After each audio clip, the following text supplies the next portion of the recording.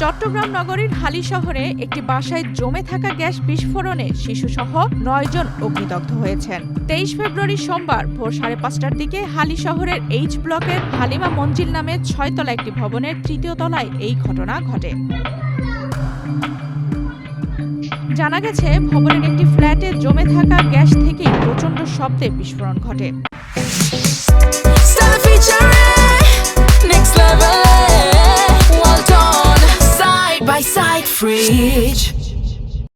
এতে বাসার ভেতরে আগুন ছড়িয়ে পড়ে এবং শিশুসহ পরিবারের ৯ জন সদস্য দগ্ধ হন। আহতদের মধ্যে রয়েছেন শিপন, সুমন, শাওন, আনাস, আইমান, সাখাওয়াত, ৪ বছর বয়সী আয়শা ও পাখি।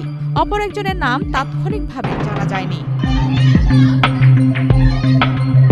সিসি ক্যামেরা ফুটেজে বিস্ফোরণের তীব্রতা ধরা পড়ে। ক্যামেরায় দেখা যায় বিস্ফোরণের তীব্রতায় বাসার মেইন দরজা উড়ে যায় এবং পাশের ফ্ল্যাটও পুরো বাসা তছনছ হয়ে যায়। সিঁড়ি দিয়ে দগ্ধ অবস্থায় একজন নারীকে নিচে নামতে দেখা যায়। পরিবারের অন্য সদস্যরাও চিৎকার করতে করতে বেরিয়ে আসেন।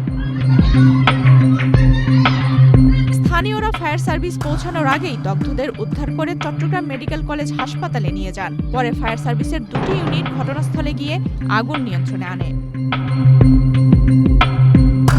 ফায়ার সার্ভিসের কন্ট্রোল রুমের এক অপারেটর জানান, জমে থাকা গ্যাসের বিস্ফোরণে কয়েকজন দগ্ধ হয়েছেন এবং তাদের চমেক হাসপাতালে ভর্তি করা হয়েছে। চমেক পুলিশ ফাঁড়ির ইনচার্জ নুরুল আলম আশেক বলেন, হালি শহরের গ্যাস বিস্ফোরণে আহতদের হাসপাতালে আনা হয়েছে। তাদের ৩৬ নম্বর ওয়ার্ডে চিকিৎসা দেওয়া হচ্ছে। ঘটনার কারণ ও ক্ষয়ক্ষতির পরিমাণ জানতে সংশ্লিষ্ট কর্তৃপক্ষ কাজ করছে। আফসানা রিপা, ডেস্ক রিপোর্ট, বাংলাদেশ প্রতিদিন।